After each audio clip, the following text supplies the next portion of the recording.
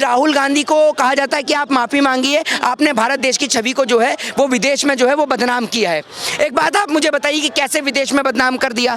मोहित जी, राहुल गांधी को बोलने क्यों नहीं दे रही सरकार? सरकार इसलिए नहीं बोलने दे रही है क्योंकि अगर वो बोलेंगे तो फिर सरकार गूंगी हो जाएगी। तो क्या अब राहुल गांधी माफी मांगेंगे? क्यों मांगेंगे? माफ़ी मांगने के लिए तो बीजेपी के नेता ही काफ़ी हैं। पहले माफ़ी वीर सावरकर ने माफ़ी मांगी और अब तमाम लोगों ने माफ़ी मांग ली। कौन सा अपमान कर दिया देश का, ये बताइए ना। उन्होंने सत्ता पक्ष के नेताओं की लेवल बताया है और यही कर रही है सत्ता पक्ष के नेता।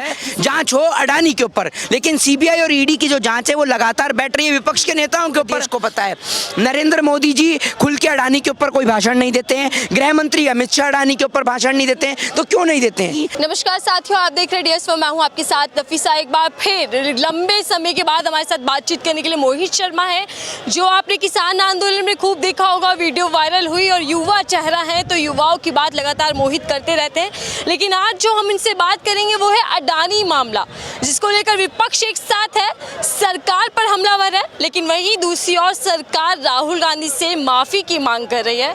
तो समझेंगे कि सीबीआई और ईडी किसके इशारों पर नाच रही है, जो विपक्ष कह रहा है क्या वो बात में दम है, ये सब चीजों पर चर्चा करेंगे। मोहित, स्वागत है, एक लंबे समय के बाद हमारे साथ जुड़े हैं आप। जी जी जी, बहुत बहुत शुक्रिया आपका भी। मोहित, संसद के भीतर जो आप देख रहे हैं कि घमासान मचा हुआ है, पक्ष और विपक्ष के बीच जो विवाद है, उससे क्या समझ? देखिए, संसद जिसे देश का मंदिर कहा जाता है, उसके अंदर आप जिस तरीके से देख रहे हैं कि संसद के अंदर, पार्लियामेंट के अंदर जिस तरीके से लोग जो है, लोग विपक्ष के नेता जो हैं वो मांग कर रहे थे कि भाई सीबीआई और ईडी की जो है जांच हो अडानी के ऊपर, लेकिन सीबीआई और ईडी की जो जांच है वो लगातार बैठ रही है विपक्ष के नेताओं के ऊपर। तेजस्वी यादव के ऊपर बैठ रही है, तो कभी लालू प्रसाद यादव पे बैठती है, कभी राबड़ी देवी पे बैठती है। लगातार विपक्ष के नेताओं के ऊपर सीबीआई और ईडी की जांच बैठती है। लेकिन अडानी, जब से हिंडनबर्ग की रिपोर्ट सामने आई, अडानी का ग्राफ डे बाय डे नीचे आता गया, लेकिन उसके ऊपर कोई चर्चा नहीं होती है और ना उसके ऊपर सीबीआई की जांच बैठती है, ना ईडी की जांच बैठती है। जबकि अडानी की जो सीमेंट कंपनी जो है, अडानी की जो सीमेंट कंपनी है, अडानी ने उस सीमेंट कंपनी के कुछ शेयर सितंबर में भी बेचे थे पहले, और अब भी कुछ ऐसी चर्चा आ रही है कि वो अपने शेयर्स को बेच सकता है। लेकिन अडानी के ऊपर LIC का भी कर्जा है, अडानी के ऊपर जो है इसके अलावा और भी तमाम चीज़ों का कर्जा है, लेकिन उसके ऊपर चर्चा नहीं होती है, ना उनके ऊपर जांच बैठती है। आखिर ऐसा क्यों? वो इसलिए क्योंकि अडानी के पीछे किसका हाथ है वो पूरे देश को पता है। नरेंद्र मोदी जी खुल के अडानी के ऊपर कोई भाषण नहीं देते हैं, गृह मंत्री अमित शाह अडानी के ऊपर भाषण नहीं देते हैं, तो क्यों नहीं देते हैं? ये सबसे बड़ा सवाल है। दूसरी बात ये कि राहुल गांधी को कहा जाता है कि आप माफ़ी मांगिए, आपने भारत देश की छवि को जो है वो विदेश में जो है वो बदनाम किया है। एक बात आप मुझे बताइए कि कैसे विदेश में बदनाम कर दिया? सबसे बड़ी बात मैं आज आपको बता दूं कि कार्रवाई के लिए लोग मांग रहे हैं तो वो अडानी के ऊपर, लेकिन अडानी पे कोई कार्रवाई नहीं हो रही। आज के ऐसा क्यों? तो मोहित जी, राहुल गांधी को बोलने क्यों नहीं दे रही सरकार, क्या वजह? सरकार इसलिए नहीं बोलने दे रही है क्योंकि अगर वो बोलेंगे तो फिर सरकार गूंगी हो जाएगी। सरकार के पास जवाब है, सरकार के नेता पढ़े लिखे हो तो जवाब दें। सरकार के नेता हिंदू और मुसलमान पे बोल सकते हैं। सरकार के नेताओं के बयान नहीं सुने आपने? नेताओं के बयान इतने ऊटपटांग होते हैं कि एक अनपढ़ जाहिल व्यक्ति भी अच्छा बयान देता है, जो बयान भाजपा के नेता देते हैं उससे लाख गुना अच्छा रहता है। बीजेपी के नेताओं से जनसंख्या बिल पे पूछा गया तो वो बोलते हैं कि कांग्रेस के समय में बिजली नहीं आई इसलिए देश की जनसंख्या बढ़ गई। एक व्यक्ति कहता है मेरे 4 बच्चों की जिम्मेदार कांग्रेस है, तो ये कोई बयान देश के लिए बयान है? ये देश के बयान लगते हैं आपको? ये बताइए ना आप मुझे। एक सांसद जब इस तरीके के बयान दे, संसद से अगर इस तरीके के बयान दिए जाएं तो आप इससे क्या समझेंगे? ये लोग अनपढ़ जाहिल और गवार हैं, पढ़े लिखे हैं नहीं। अगर पढ़े लिखे हो, हमला कर फंस गई है सरकार, बिल्कुल फंस गई है। और आज पूरा देश जो है वो कहीं ना कहीं परिवर्तन की मांग कर रहा है, और परिवर्तन इस संसार का नियम है। परिवर्तन आज नहीं तो कल होना ही होना है, और निश्चित तौर पर होना है, और परिवर्तन होकर ही रहेगा। ये बात आप डिसाइड कर लीजिए, क्योंकि जिस तरीके से देश में बेरोजगारी बढ़ रही है, महंगाई बढ़ रही है, 500-600 रुपए के सिलेंडर पे ये जनता सड़क पे उतर जाती थी। अब लोग पूछते हैं मानसिक गुलामी, तो भैया इसी को मानसिक गुलामी कहा गया है कि जो देश अंग्रेजों के नमक के ऊपर टैक्स लगाने पर सड़कों पर उतर जाया करता था, आज 1100 प्लस का सिलेंडर है, लेकिन देश गूंगा और बहरा बन के बैठा है। खाने पीने की हर एक चीज पर टैक्स लग गया, देश के लोग गूंगे बने बैठे हैं। शिक्षा पर टैक्स लग गया, देश के लोग गूंगे बने बैठे हैं। तो इसी को मानसिक गुलामी कहा गया है। बेरोजगारी तो मुद्दा ही नहीं है, चुनाव में बीजेपी जीत जाती है। मुद्दा तो सिर्फ ये है ना, मुद्दा तो हिंदू और मुसलमान है। मुद्दा तो हिंदू मुसलमान के सिवा कोई दूसरा है ही नहीं भाजपा के लिए। भाजपा यही करती है, और चुनाव से पहले या तो कोई देश के अंदर ऐसी कोई घटना घटित हो जाती है हिंदू मुसलमान की, जिससे बीजेपी को एक तरफा वोट मिल जाता है, वरना बीजेपी खुद ही कह देती है कि भैया नेता इनके आके कि हिंदू खतरे में है।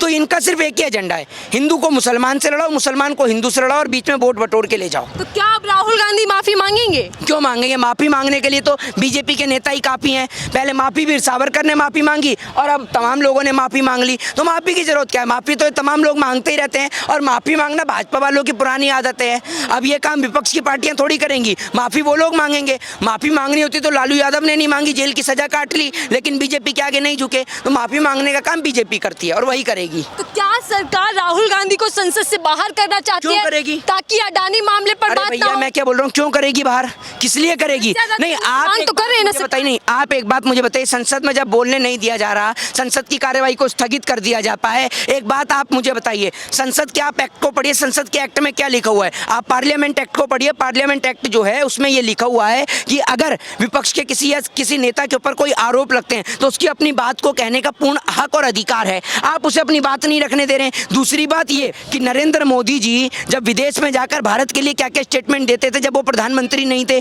तब देश की बदनामी नहीं हुई? ये बताइए ना आप मुझे। और आज आप राहुल गांधी के ऊपर टारगेट कर रहे हैं। बीजेपी कह रही है ना कि राहुल की आदत बन चुकी है कभी प्रधानमंत्री का अपमान करना, और अब तो देश के पीछे पड़ गए हैं।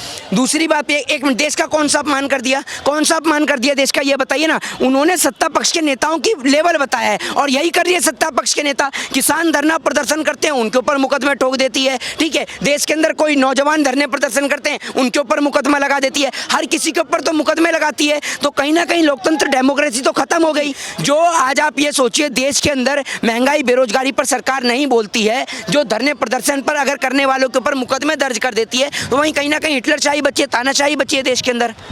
लेकिन कई मंत्री उनके इस्तीफे की भी मांग कर रहे हैं कि सदस्यता रद्द हो जाए। भैया इनके मांग करने से क्या होगा? इनके मांग करने से क्या होगा? इनके मांग करने से कोई इस्तीफे थोड़ी हो जाएंगे, ये कोई गवर्नर थोड़ी लगे हैं। दूसरी बात ये कि क्यों इस्तीफा हो जाएगा? जनता ने किसी व्यक्ति को जिताकर भेजा है, तो आप उसको इस्तीफा दिलवा लेंगे पर मुकदमे लगे। बीजेपी इस कोशिश में है कि राहुल गांधी को अपने खिलाफ खड़ा कर राहुल बनाम मोदी चुनाव बनाना चाह रही है। देखिए, भारतीय जनता पार्टी सोच रही है कि समय आने से पहले विपक्ष के सभी नेताओं को जेल के अंदर उठाकर बंद कर दिया जाए, ताकि देश के नेता जो है वो गूंगे हो जाएं।